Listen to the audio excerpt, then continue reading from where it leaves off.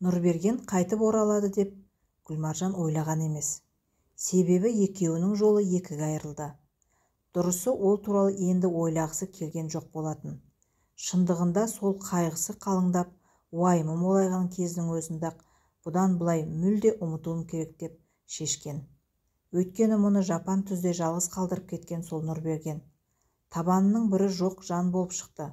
Себебі ол ата-анасының сөздерін жерге тастай алмай, Гүлмаржанды басқа қызға айырбастап кетті.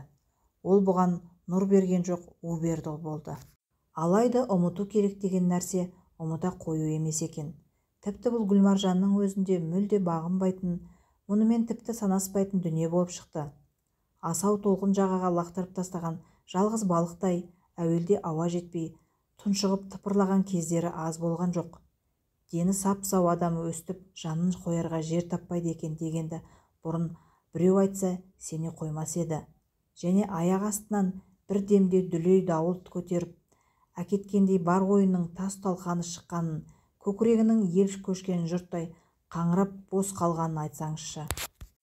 Жалпы махаббат дегеннің бір аты өкініш екен ғой. Тіпті өкініш болғанда да удай ашты өкініш. Неге көрдім, неге сүйдім? Әйтеуір содан бері Гүлмаржанның ішкі дүниесі осындай күйдіргі, жауабы жоқ сұрақтарға толған. Енді сол Нұрбергеннің бұл араға мұны жатақханаға не іздеп келетіні жөні бар. Бәрі бітпеп пе еді? Әлде қашан? Ол үшін Гүлмаржан деген адам енді бұл дүниеде жоқ. Гүлмаржан жоғалған. Дәл қазір бөлмесінің алдында келіп мұнымен жолығысып, бірауыз болса да сөйлесіп қалуды өтініп, жалбарынып тұрғаны несі? Гүлмаржанның қасында қазір Омар бар. Омар. Шыны керек, Омарды Гүлмаржан жете білмейтін еді. Онымен танысуында Нұрбергенге іште ерегесу де жоқ еместі.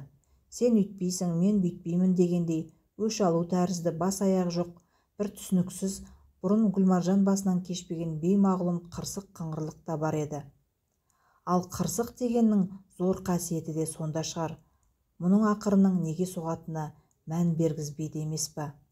Омар университеттің физика факультетінде оқиды деп Гүлмаржан сырттай курстас қыздардан естіген. Бұрын оны тіпті назарына ілмеген екен. Негізі оны көбінше кітапханада оқу залында көретін. Ол әйгілі кітап кеміргіштердің бірі болатын. Қанша болса да айналасындағылармен ісі жоқ. Өзіне түсінікті жазу сызумен отыратын. Қыздарға қыры жоқ сияқты болып та көрінетін. Ұзын бойлы, қоңырқай қазақи өңді, рас гимнастарға тым сымбатты денесін тік ұстап, жеңіл қозғалатын. Әскер қатарында азаматтық борышын өтеп келгелі, осынау ширақтығынан да сезілетін. Ауған соғысында болып, атыстар мен жарылыстардан теперіш көрген жергілікті тұрғындарға, балалар мен әйелдерге ол үлкен көмек жасаған деген мәліметтер қатарластарынан оны оқ бойы озық көрсететін. Несі бар, кейбір аз ғұмырында да осындай көп ізгі нәрсе жасап үлгереді. Бірақ осылар үшін ғашық болайыншы деп ғашық бола салу қолдан келмейді ғой. Және де сүю үшін нақты факторлар керек екен. Немесе қандай мінез қасиеттер жалындап тұру керек екен, дөп басып ешкімде айта алмаса керек. Қалай дегенде де Омардың бүкіл болмысынан бір өзгеше тұрақтылық, ішкі сенімділік, адалдық байқалатын. Рас, ауған соғысынан ондаған, тіпті жүздеген солдаттар оңбай жараланып, аяғынан не қолынан айырылып, тіпті бастарынан да соққы алып, контузияға, басқа да сырғатқа ұшырап қайтқандар болды. Әйтсе де Омар Құдай сақтап, бір рет едәуір жараланған болмаса, елге дін аман оралды. Қазір оның жүрегінде жер бетінде соғыс деген пәлекеттің аты мүлдем өшсе ғой деген бір ғана арман тілек бар. Ал өзінің жеке тіршілігінде жан дегенде жалғыз анасы бар. Ол әрдайым Омардың қолдаушысы, әрі ақылшысы. Әке болса оны айтпай-ақ қойсыншы. Сері жігіт еді. Бір сұлуды тауып соның соңынан кетті. Әйелін де баласын да тастай салды. Махаббат деген сондайда болатын шығар деп, аналы бала екеуі оған да көнді, кешірді. Әйтеуір осы жолғысы шын болғай деп, әсіресе Омар сол жаңа отбасының тілеуінде тіледі. Оның үстіне қазір еркек пайғамбарымыз тәрізді 4 әйел ала алады деген желеу етіп, алғандар көбейе бастаған емес пе? Ата-баба салтында ондай мысал бұрыннан-ақ әйтеуір бәйбіше тоқал мәселесін біз ойлап тапқан жоқпыз дегенді көлеңдететіндер де жеткілікті. Салт пен дәстүрдің тереңінде сан емес сапа жатқанын ойлай бермейді. Қайтесің, адамның басына ақыл құю шелекке су құйғандай оңай шаруа емес. Және дүниенің даңғыл жолына шығып, үлкен өмірді бастау деген жаңа киім кию секілді жеңіл емес. Оны кім білмесін? Ол ең алдымен өзің жайлы ойланудан кіммен не істеп жүрмін деген бір қарағанда аса қарапайым көрінетін сұрақтардан басталса керек. Әйтеуір біздің Омар бұл сұрақтарды өзіне айналасындағылардан бұрын қоя біледі. Әрі жалқаулыққа салынып, ертең деген ертегіге ерген жоқ. Жаңалықтың бәріне алдымен ұмтылуға құлшынды. Өзін өзі жетілдіруді қарапайым спорттан бастауды ойлады. Оның ең қолжетімді түрі үйінің айналасында күнде ертеңгісін жаттығу жасаудан, жүгіруден бастады. Омар стадионды өзімен бірге серіктес болатын достарды, өйт-бүйт деген ұстаздарды іздеген жоқ. Балалық шақтың бал күндеріне тәтті нәрселерді қосуды емес, ащы тер араластыруды жөн санады. Әскер қатарына аттанғанда да азаматтық борышын өтеп қайтқан соңда бұл өз бетінше шынығу, ширығу жұмыстарын жалғастыра берді. Ақыры оның жемістерін де көріп келеді. Жауынгерлік самбо мен бокс ол бүгін университеттің ғана мақтанышы емес, Қазақстанның да туын ұстаушысы. Ал Гүлмаржан мен Омардың таныстығы ойламаған жерден болды. Жазғы емтиханның алды болатын. Жалпы бір жағынан көктем мен жаз сұлулығы мен құдіретіне орай арқаны кеңге салып қыдырып жүретін жайлы мезгіл ғой.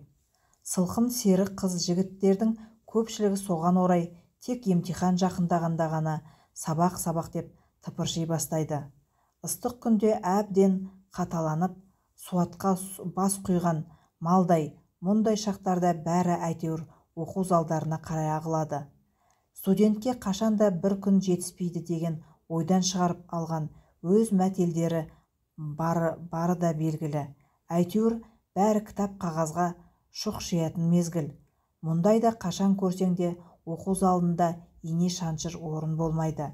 Дәл осындай бір күні Гүлмаржан оқу залына ертерек келсе де, бірде-бір орын жоқ болып, екі жақта дағдарып тұрған.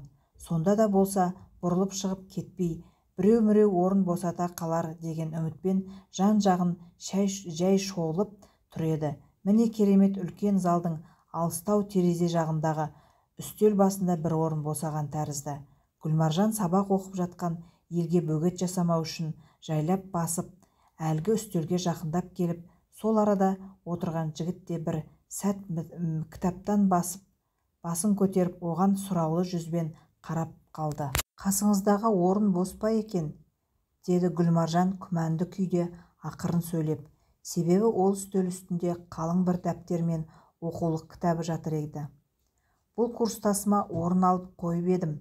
Ол келмей жатыр. Отырам десеңіз, бұл араны бос ұстап отыру енді дұрыс болмас, деді жігіт те жайбарақат үнмен сыбырлай сөйлеп. Рахмет, досыңыз келсе, мен орынды бірден босатып беремін, деді Гүлмаржан жігіттің жылы жауабына риза кейіпте. Менің атым Омар, деді жігіт, одан ары жылы қабақ танытып. Рахмет, ал мен Гүлмаржанмын, деді жаңа орынға жайғаса беріп. Біраздан соң екеуі екі мұхитқа түсіп кеткендей оқулықтарынан бас алмай бір-бірімен мүлде ұмытқан тәрізді. Гүлмаржанды әдебиет бір әлемге алып кетсе, Омарды алдындағы әр түрлі формулалар құбыла көлбеңдеп, көз бермейтін көкжиекке жетелеп жөнелгендей. Кітаптан бас алмағандарын бірнеше сағат өтіп кеткенде барып сезген еді олар. Бұл уақытта студенттердің бір талайы кітап қағаздарын жиыстырып кетіп те қалыпты. Кеште болып қалған көрінеді. Сіз де шаршаған шығарсыз. Шынын айтсам, мен дайындықты аяқтасам да сізге кедергі келтірмейін деп манадан бері жай отырған едім, деді Омар байсалды үнмен. Шыны керек, бұл жағдайдан бейхабар Гүлмаржан абыржып қалды. Солай ма? Бұл қызық болған екен. Сіздер физиктер бәрін нақты бағалайтын, есеп қисап пен өлшеп пішу жағына мықты шығарсыздар. деп әзілге ойыстырғандай боп салқындау жауап қатты. Ал біздер, гуманитарийлер, көп жағдайда ешбір форматқа сәйкес келе бермейміз. Неге екені белгісіз Гүлмаржанның Нұрбергенге деген ашу-ызасы ұмытылғандай болғанымен, дәл осы арада ойламаған жерден ішкі жағынан су жыландай сумаңдап басын көтеріп шыға келгенін қара. Иә, ол мұны баяғыдағы колхозшы бір кездегі сауыншының қызы деп менсінбей Алматыдағы академиктің қызына айырбастап кетті ғой. Жалпы оның білуінше жігіттердің бір сөзі шын болса да, екінші сөзі жалған болуы әбден мүмкін. Бәлкім солай да шығар. Негізі сіз үлкен әңгіменің шетін бастадыңыз. Жүріңіз. Байқауымша сізге сәл-пәл тыныққан артық емес. Мен шынымды айтсам, сұлу қыздар да ғылым-білімге дәл осылай сіз тәрізді ерекше мән бере алады деп ойламаппын. Деп Омар өз кезегінде шын көңілмен сәл томсырайып қалған қызға күлімсіре қарады. Мына сөздерге Гүлмаржан бірден не деп жауап беруді білмей тосыңқырап қалды. Әзілі ме, шыны ма, әлде өтірік мақтап, бірақ іштей сынап бұған менсінбей қарап тұрған тәкаппар өзімшілдігі ме? Осы іркілікті пайдалана қалғысы келген Омар, жүріңіз, қарсы болмасаңыз, әңгімені сыртта жалғастырайық, деді қызға қиыла қарап.